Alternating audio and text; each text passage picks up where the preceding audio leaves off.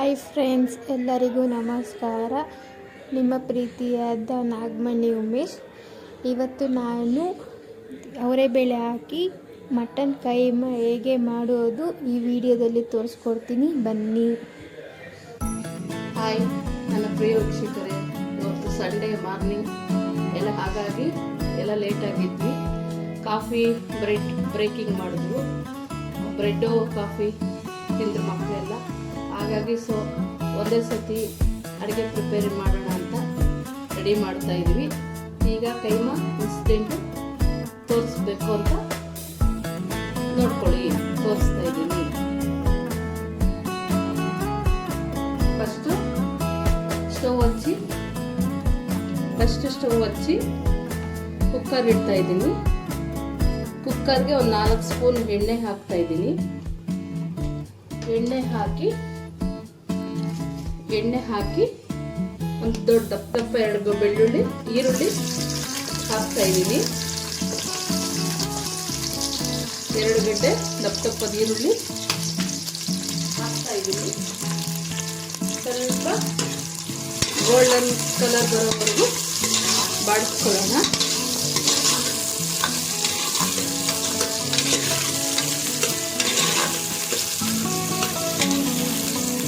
ಈರುಳ್ಳಿ ಸ್ವಲ್ಪ golden colour ಬರೋವರೆಗೂ ಬಾಡ್ತಾ ಇರಲಿ. ಇದು ಇನ್ಸ್ಟೆಂಟ್ ನಿಮ್ಗೆ ತೋರಿಸ್ತೀನಿ. ಸ್ವಲ್ಪ ಕರಿಬೇವು, ಒಂದು 10-20 ಎಲೆ ಕರಿಬೇವು. ನಾವು ಧನಿಯಾ ಹುರಿದಿಲ್ಲ ಅಂದರೆ ಡೈರೆಕ್ಟ್ರಾಗಿ ಈರುಳ್ಳಿ ಹುರಿಯುವಾಗ ನಾವು ಧನಿಯಾ ಹುರಿಯುವಾಗ ಸ್ವಲ್ಪ ಕರಿಬೇವು ಸೊಪ್ಪು ಬಿಸಿಲಿಗಿಟ್ಟು ಅದನ್ನು ಇದು ಮಾಡಿ ಹುರಿದ್ಬಿಟ್ಟು ಮಿಲ್ಲಿಗೆ ಬಿಡಿಸ್ಕೊ ಬರ್ತೀವಿ. ಹಾಗಾಗಿ ನಾವು ಮಿಲ್ಲಿಗೆ ಕರಿಬೇವು ಸೊಪ್ಪು ಹಾಕಲಿಲ್ಲ ಬಿಡಿಸುವಾಗ. ಧನಿಯಾ ನಾವು ಡೈರೆಕ್ಟ್ರಾಗಿ ಈರುಳ್ಳಿ ಹುರಿಯೋಗೆ ಹಾಕ್ತಾ ಇದ್ದೀನಿ. ಒಂದು 10-20 ಎಲೆ ಕರಿಬೇವು ಸೊಪ್ಪು ಹಾಕ್ತಾ ಇದ್ದೀನಿ. ಅದನ್ನು ಸ್ವಲ್ಪ ಎಣ್ಣೆಯಲ್ಲಿ ಬಾಡಿಸ್ಕೊಳ್ಳೋಣ.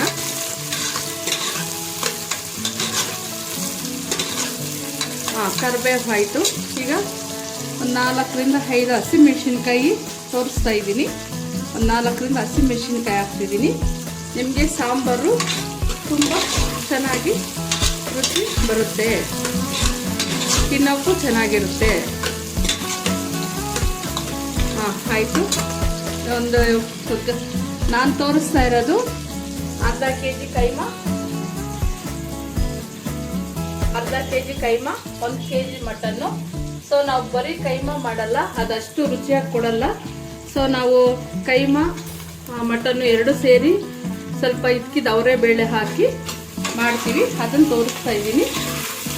ಕೈಮಾ ಅರ್ಧ ಕೆ ಜಿ, ಮಟನ್ 1 kg, ಇದ್ಕಿದ ಬೇಳೆ 1 ಕಪ್ಪಷ್ಟು ಹಾಕ್ತೀವಿ. ಈಗ ಹಸಿಮೆಣಸಿನ್ಕಾಯಿ ಬಾಡಿಸಿದ್ದಾಯಿತು, ಹುರಿದಿದ್ದಾಯಿತು. ಈಗ 1 ಇಂಚಿ ಶುಂಠಿ ಹಾಕ್ತಾ ಇದ್ದೀನಿ. ಅದನ್ನು ಸುಮ್ಮನೆ ಕೈ ಆಡಿಸೋಣ. ಆಯಿತು.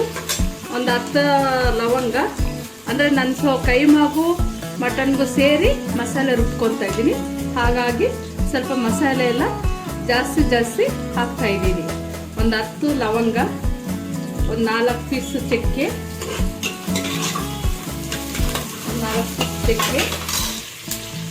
ಆಮೇಲೆ 1 ಟೀ ಸ್ಪೂನಷ್ಟು ಮೆಣಸು, 1 ಟೀ ಸ್ಪೂನಷ್ಟು ಮೆಣಸು, 1 ಟೀ ಸ್ಪೂನಷ್ಟು ಹುರ್ಗಡ್ಲೆ.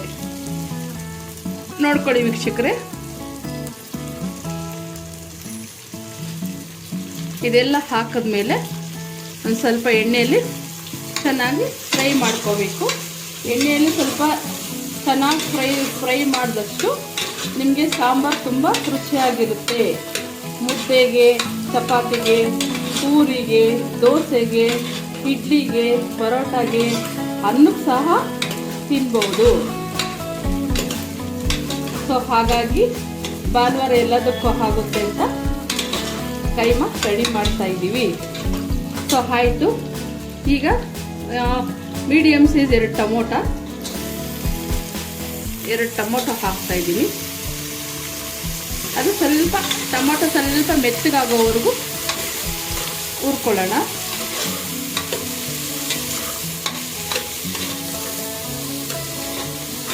ಯಾವತ್ತೇ ಆಗಲಿ ಸ್ವಲ್ಪ ಟೊಮೊಟೊ ಮೆತ್ತಗಾದರೆ ಮಿಕ್ಸಿ ಗ್ರೈಂಡ್ ತುಂಬ ಚೆನ್ನಾಗಾಗುತ್ತೆ.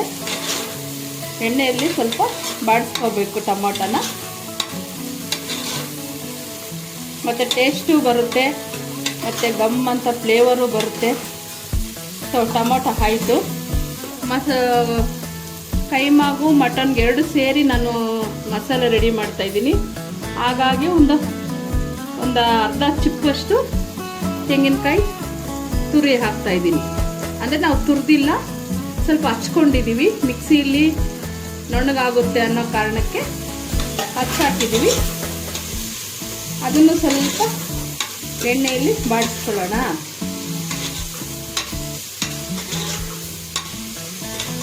ನೋಡ್ತಾ ಇದ್ದೀರಲ್ವ. ಈಗ ಸ್ವಲ್ಪ ಪುದೀನ ಯಾಕೆ ಹಾಕ್ತೀವಂದರೆ ಸಾಂಬಾರು ನಿಮಗೆ ತುಂಬ ಚೆನ್ನಾಗಿ ರುಚಿ ಬರುತ್ತೆ ಪುದೀನ. ಹಾಗಾಗಿ ಸ್ವಲ್ಪ ಪುದೀನ ಒಂದು ಅರ್ಧ ಹಿಡಿಯಷ್ಟು ಪುದೀನ ಹಾಕ್ತಾ ಇದ್ದೀನಿ. ನೀಟಾಗಿ ಬಿಡಿಸಿ ಕ್ಲೀನ್ ಮಾಡಿ ತೊಳೆದಿಟ್ಕೊಂಡಿರೋ ಪುದೀನ ಹಾಕ್ತಾ ಇದ್ದೀನಿ.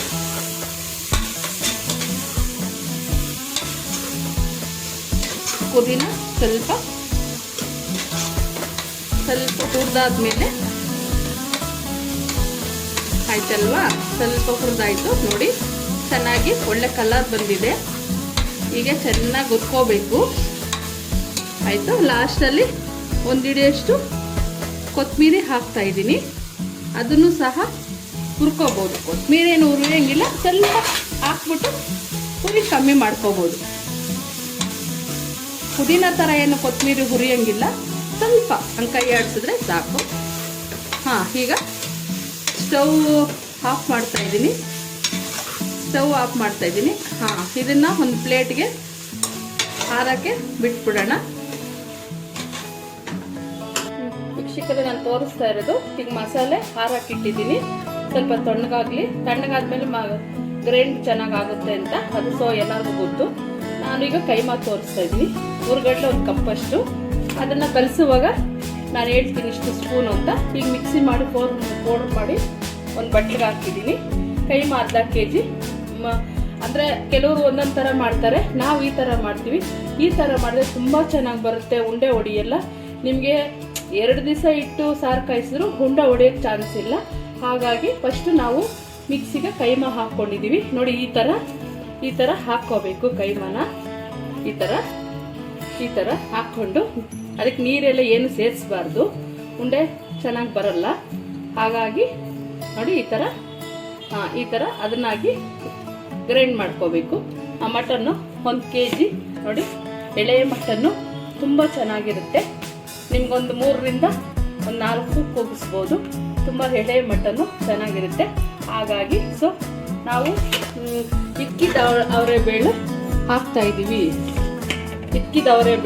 ಇಕ್ಕಿಬಿಟ್ಟು ನೀರಲ್ಲಿ ನೆನೆಸಿದ್ದೇನಿಲ್ಲ, ಜಸ್ಟ್ ತೊಳೆದು ಹಾಕೋಕ್ಕೆ ನೀರು ಇದು ಇಟ್ಟಿದ್ದೀನಿ. 1 kg ಮಟನ್ಗೆ ಅರ್ಧ kg ಕೈಮಾಗೆ 1/4 kg ಅಷ್ಟು ಇಕ್ಕಿದ ಬೇಳೆ. ಕೆಲವ್ರಿಗೆ ಜಾಸ್ತಿ ಹಾಕ್ಬೋದು, ಆದರೆ ಏನೋ ನಾವು ಹಂಗೆ ಮಾಡ್ತೀವಿ. 1 ಕಪ್ಪಷ್ಟು 1/4 kg ಬರುತ್ತೆ. ಈ ಥರ 1 ಕಪ್ಪಷ್ಟು ಹಾಕ್ತೀವಿ. ಮಿಕ್ಕಿದ್ದು ಮಸಾಲೆಗೆ ತೋರಿಸ್ತೀನಿ. ಹಲೋ ನನ್ನ ಕುಟುಂಬದವರೇ, ಹಾಯ್. ಈಗ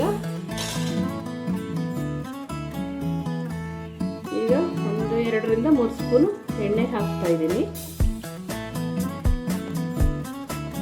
2ರಿಂದ 3 ಸ್ಪೂನ್ ಎಣ್ಣೆ ಹಾಕ್ತಾ ಇದ್ದೀನಿ.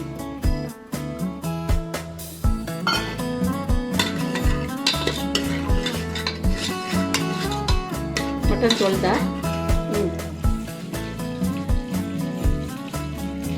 ಎಣ್ಣೆ ಕಾದಿದೆ.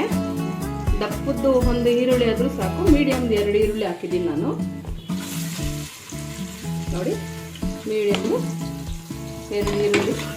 ನೀವು ಬೇಕಾದರೆ ದಪ್ಪದೊಂದು ಈರುಳ್ಳಿ ಹಾಕ್ಕೋಬೋದು ಜಸ್ಟ್ ಒಗ್ಗರಣೆಗೆ.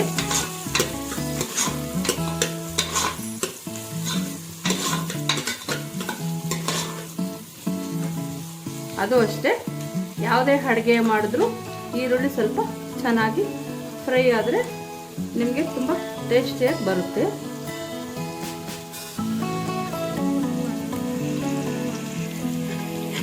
ಈಗ ಫ್ರೈ ಆಗಿದೆ ನೋಡಿ. ಸ್ವಲ್ಪ ಸ್ವಲ್ಪ ಅದು ಈರುಳ್ಳಿ ಫ್ಲೇವರ್ ಹೋಗೋವರೆಗೂ ಸ್ವಲ್ಪ ಎಣ್ಣೆಯಲ್ಲಿ ಬಾಡಿಸ್ಕೊಂಡ್ರೆ ಆಗುತ್ತೆ.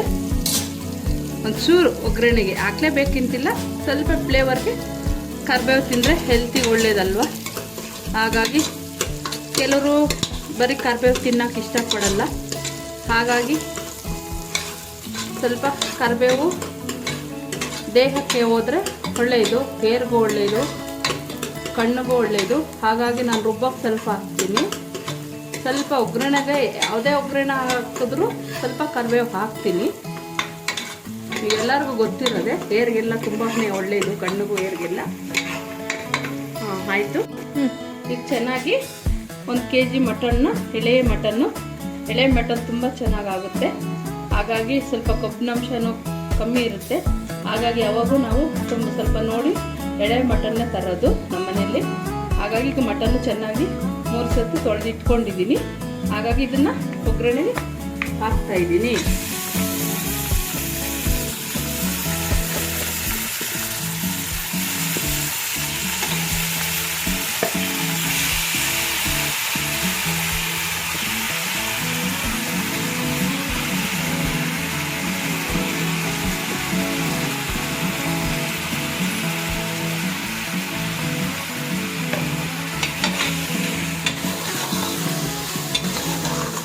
ನೋಡಿ, ಈ ಥರ ಸ್ವಲ್ಪ ಕೈ ಆಡಿಸ್ತಾ ಇರಬೇಕು. ಸ್ವಲ್ಪ ಅದು ಮಟನ್ ಸ್ವಲ್ಪ ಕಲರ್ ಚೇಂಜ್ ಆಗೋವರೆಗೂ ಸ್ವಲ್ಪ ಹುರ್ಕೋಬೇಕು. ಈಗ ಸ್ವಲ್ಪ ರೋಸ್ಟ್ ಆಗಿದೆ ನೋಡಿ. ಎಳೆದಾಗಿದ್ದಕ್ಕೆ ನಾನು ತುಂಬ ರೋಸ್ಟ್ ಮಾಡೋಕ್ಕೆ ಹೋಗ್ತಾ ಇಲ್ಲ, ಯಾಕಂದರೆ ತಿನ್ನುವಾಗ ಪೀಸ್ ಎಲ್ಲ ನಿಮಗೆ ಸಿಗಲ್ಲ ಬಾಯಿಗೆ. ಹಾಗಾಗಿ ಸ್ವಲ್ಪ ಕೈ ಆಡಿಸಿದ್ರೆ ಸಾಕು ಎಡೆ ಮಟನ್ನು.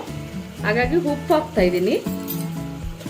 ಸ್ವಲ್ಪ ಮಟನ್ ಹುರ್ಕೊಂಡ್ಮೇಲೆ ನೋಡಿ ಉಪ್ಪು 1-1.5 ಸ್ಪೂನಷ್ಟು ಉಪ್ಪು ಹಾಕ್ತಾಯಿದ್ದೀನಿ. ನಾನು ಸ್ವಲ್ಪ ಹಳೆ ಕಾಲದ ಥರ ರೂಢಿ ಮಾಡ್ಕೊಂಡಿದ್ದೀನಿ. ಸ್ಪೂನು ಎಲ್ಲ ಏನು ಇಕ್ಕಿಲ್ಲ. ಕೈ ಹಾಕಿದ್ರೆ ಕೆಡುತ್ತೆ ಅಂತ ಕೆಲವ್ರು ಹೇಳ್ತಾರೆ. ಆದರೆ ಏನೋ ನಾನು ಆವತ್ತಿಂದ ನಮ್ಮಮ್ಮವರು ಇದರಿಂದ ಅವರು ಹೇಗೆ ಅವಾಗೆಲ್ಲ ಸ್ವಲ್ಪ ಪ್ಲಾಸ್ಟಿಕ್ಕು ಎಲ್ಲ ಯೂಸ್ ಮಾಡ್ತಿರ್ಲಿಲ್ಲ. ಹಾಗಾಗಿ ನಾನು ಸ್ವಲ್ಪ ನಮ್ಮ ತಾಯಿಯಂದರಿಂದ ಕಲ್ತ್ಕೊಂಡಿರೋದು. ನಾನು ಜಾಸ್ತಿ ಸ್ಪೂನ್ ಎಲ್ಲ ಯೂಸ್ ಮಾಡಲ್ಲ. ಏನೇ ಆಗಲಿ ಏನೇ ಮಾಡಲಿ ಸ್ವಲ್ಪ ಕೈ ಎಳ್ತೇನೆ, ನನಗೆ ಅವತ್ತಿಂದ ರೂಢಿಯಾಗಿರೋದು. ಸೊ ನಿಮಗೂ ಹಂಗೆ ತೋರಿಸ್ತಾ ಇದ್ದೀನಿ. ಸ್ವಲ್ಪ ಆದಷ್ಟು ಕೈಯೇ ಯೂಸ್ ಮಾಡ್ತೀನಿ, ಅಂದರೆ ಕೈ ಚೆನ್ನಾಗಿ ವಾಶ್ ಮಾಡಿಕೊಂಡು ಯೂಸ್ ಮಾಡ್ತೀನಿ. ಉಪ್ಪು ಹಾಕಿದ್ವಿ. ಈಗ ಒಂದು ಅರ್ಧ ಟೀ ಸ್ಪೂನ್ ಗರಂ ಮಸಾಲ ಹಾಕ್ತಾಯಿದ್ದೀನಿ.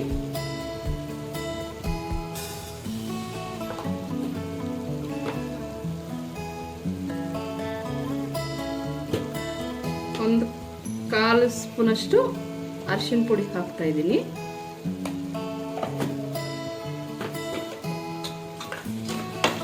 ಹಾಕಿ ಸ್ವಲ್ಪ ಚೆನ್ನಾಗಿ ಎಣ್ಣೆಯಲ್ಲಿ ಬಾಡಿಸ್ಕೊಳ್ಳೋಣ. ಈಗ 1-2 ನಿಮಿಷ ಬಾಡಿಸ್ಕೊಳ್ಳೋಣ ಎಣ್ಣೆಯಲ್ಲಿ ಚೆನ್ನಾಗಿ. ಉಪ್ಪು ಮತ್ತು ಗರಂ ಮಸಾಲ ಸ್ವಲ್ಪ ಪೀಸ್ಗೆ ಹಿಡಿಯುತ್ತೆ. ಈಗ ನಾನು ಅವಾಗೆ ಹುರಿದು ಎಲ್ಲ ತಟ್ಟೆಗೆ ಹಾಕಿ ಆರಿಸಿಟ್ಟಿದ್ದೀನಿ. ಈಗ ಮಸಾಲೆ ತೋರಿಸ್ತೀನಿ ಗ್ರೈಂಡ್ ಮಾಡೋದನ್ನು. ಆವಾಗಲೇ ಹುರಿದು ಆರಿಸಿ ಇಟ್ಕೊಂಡಿರೋದು ಈಗ ನಿಮಗೆ ಮಿಕ್ಸಿಗೆ ಹಾಕೋದನ್ನು ತೋರಿಸ್ತಾ ಇದ್ದೀನಿ. ನೋಡಿ, ಚಿಕ್ಕ ಜಾರ್ಗೆ ಹಾಕಿದ್ದೀನಿ. ಸ್ವಲ್ಪ ಚೆನ್ನಾಗಿ ನುಣ್ಣಗೆ ರುಬ್ಕೊಳ್ಳೋಣ. ಈಗ ಫಸ್ಟೇ ನೀರು ಹಾಕಲ್ಲ. ನೀರು ಹಾಕಿದ್ರೆ ಕೊಬ್ಬರಿ ಸ್ವಲ್ಪ ನುಣ್ಣಗಾಗಲ್ಲ. ಅದಕ್ಕೆ ಒಂದು 2 ರೌಂಡ್ ಹಂಗೆ ಪಲ್ಸ್ಗೆ ಹಾಕ್ಕೊತೀನಿ.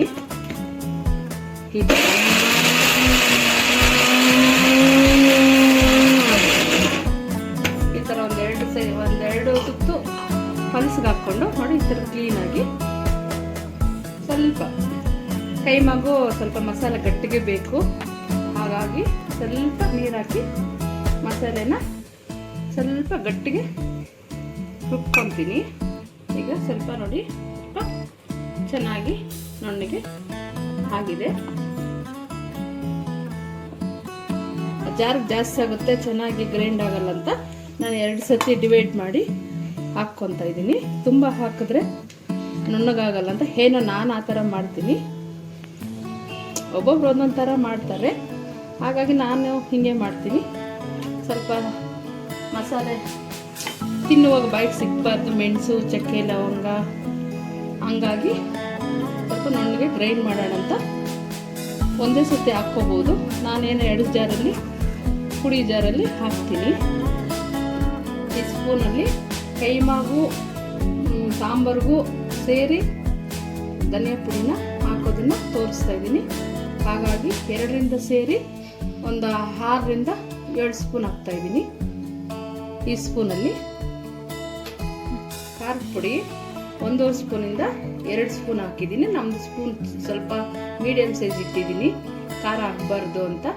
ಹಾಗಾಗಿ 1ರಿಂದ 2 ಸ್ಪೂನ್ ಅಚ್ಚ ಖಾರದ ಪುಡಿ ಹಾಕಿದ್ದೀನಿ. ಈಗ ಒಂದು ಸ್ವಲ್ಪ ಗ್ರೈಂಡ್ ಮಾಡ್ಕೊಳ್ಳೋಣ, ನೀರು ಹಾಕಿ ಸ್ವಲ್ಪ.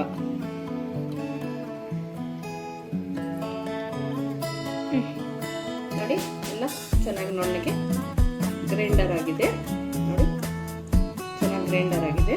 ಈಗ ಸ್ವಲ್ಪ ಮಸಾಲೆ ಹಾಕೋದನ್ನು ಕೈಮಾಗೆ ಸ್ವಲ್ಪ ಗಟ್ಟಿಗೆ ರುಬ್ಕೋಬೇಕು.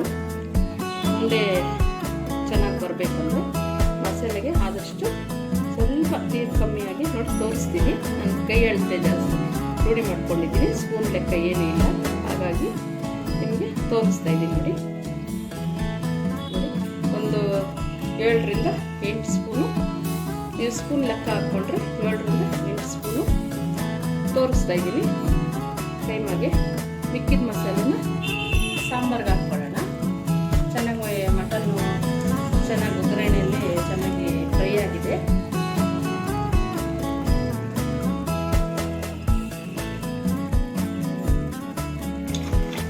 ಎಲ್ಲ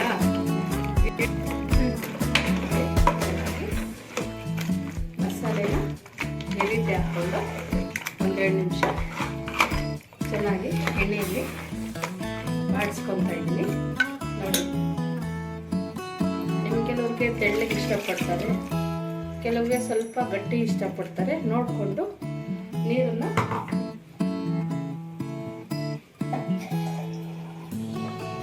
ನೋಡಿ ಈ ಥರ.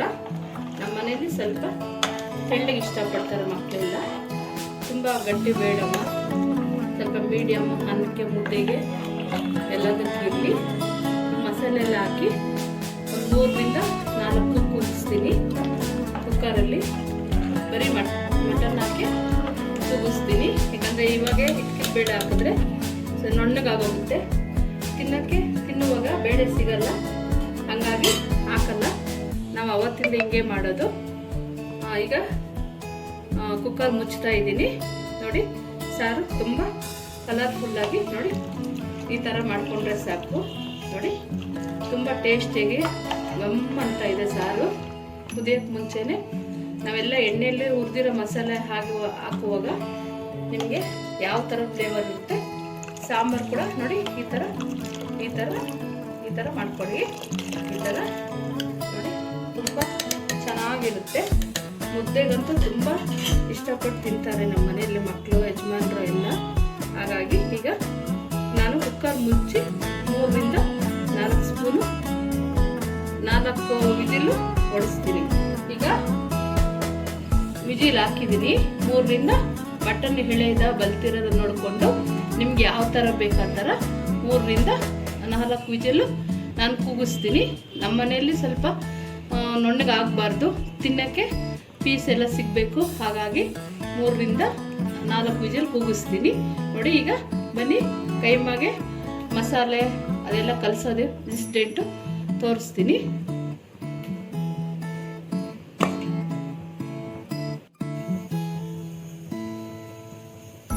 ಒಂದೇನು ನೋಡೋಕೆ ತುಂಬ ಚೆನ್ನಾಗಿರುತ್ತೆ, ಹೊಡೆದಂಗೆ ಕಾಣಿಸಲ್ಲ.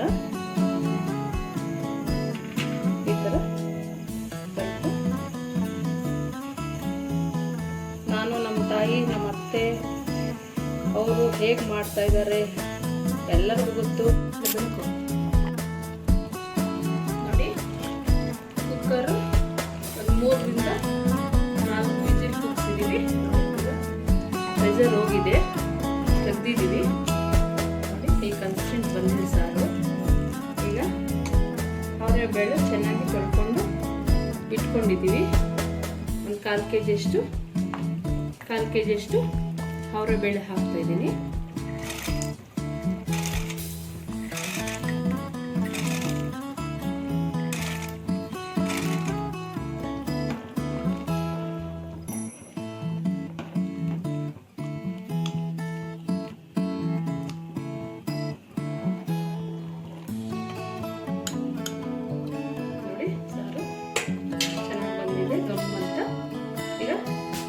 ಕಟ್ಟಿರೋದನ್ನ ತೋರಿಸ್ತಾ ಇದ್ದೀನಿ. ನಾವು ಕೈಗೆ ಸ್ವಲ್ಪ ಎಣ್ಣೆ ಸವರ್ಕೊಂಡು ಕಟ್ಟಿರೋದಕ್ಕೋಸ್ಕರ ಉಂಡೆ ನೋಡಿ ಶೇಪು ನೋಡಿದ್ರೆ ತುಂಬ ಹೀಗೆ ತಿನ್ನೋಣ ಅನಿಸುತ್ತೆ. ನೋಡಿ ತುಂಬ ಚೆನ್ನಾಗಿ ಉಂಡೆ ಬರ್ತಾ ಇದೆ. ನೋಡಿ ಒಂದೊಂದು ಉಂಡೆ ಹೀಗೆ ನೀಟಾಗಿ ನೋಡಿ ಒಂದೊಂದು ಉಂಡೆ ಬಿಡ್ತಾ ಇದ್ದೀನಿ ನೀಟಾಗಿ. ಒಂದ್ರ ಮೇಲೆ ಒಂದು ಬಿಡೋಕೆ ಹೋಗಬೇಡಿ. ನೋಡಿ ಹೀಗೆ ನೀಟಾಗಿ ನೀವು ಕುಕ್ಕರಲ್ಲಾದ್ರೂ ಮಾಡಿ ತಪ್ಪೆಲ್ಲಾದರೂ ಮಾಡಿ ನೀಟಾಗಿ ಒಂದ್ರ ಪಕ್ಕ ಒಂದು ನೋಡಿ ಈ ಥರ ಉಂಡೆ ಕಟ್ಟಿ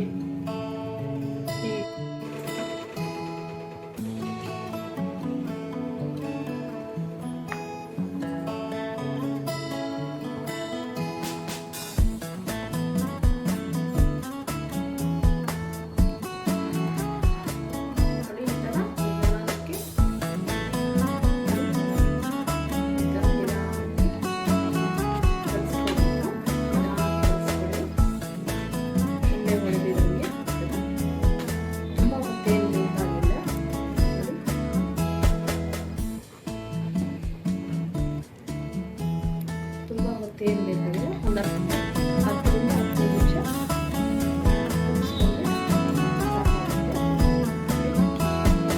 ಎಷ್ಟು ಚೆನ್ನಾಗಿದೆ. ಇದ್ಕಿದ್ದು ಬೇಳೆ ಕೈಮಾ ಉಂಡೆ ತುಂಬ ನೋಡೋಕ್ಕಂತೂ ತುಂಬ ಚೆನ್ನಾಗಿ ಕಾಣಿಸ್ತೈತೆ. ನೋಡಿದ್ರೆ ಹೀಗೆ ತಿನ್ನಬೇಕು ಅನಿಸ್ತೈತೆ. ನೋಡಿ ಎಲ್ಲದಕ್ಕೂ ಚೆನ್ನಾಗಿರುತ್ತೆ. ನೋಡಿ ಸಾರು ಅಷ್ಟೇ ಪರ್ಫೆಕ್ಟಾಗಿ ಬಂದಿದೆ, ತುಂಬ ರುಚಿಯಾಗಿರುತ್ತೆ. ನೋಡಿ ಸಾರು ಚೆನ್ನಾಗಿ ಒಂದು 10 ನಿಮಿಷ ಇದ್ಕಿದ ಬೇಳೆ ಉಂಡೆ ಹಾಕಿ ಒಂದು 10 ನಿಮಿಷ ಕುದಿಸ್ಕೊಳ್ಳೋಣ.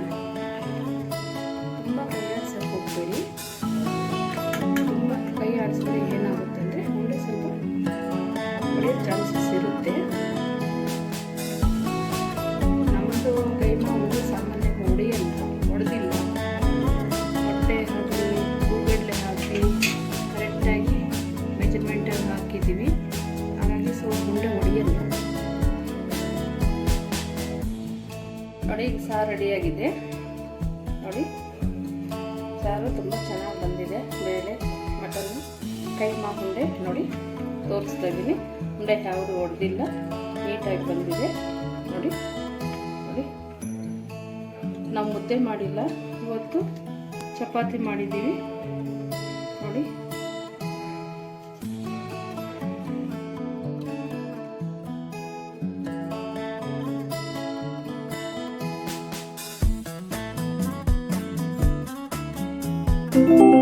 ವಿಡಿಯೋ ಇಷ್ಟ ಆಗಿದ್ದರೆ ಲೈಕ್ ಮಾಡಿ, ನಮ್ಮ ಚಾನಲ್ನ ಸಬ್ಸ್ಕ್ರೈಬ್ ಮಾಡಿ. ನೆಕ್ಸ್ಟ್ ವಿಡಿಯೋಲಿ ಸಿಗೋಣ. Thank you for watching.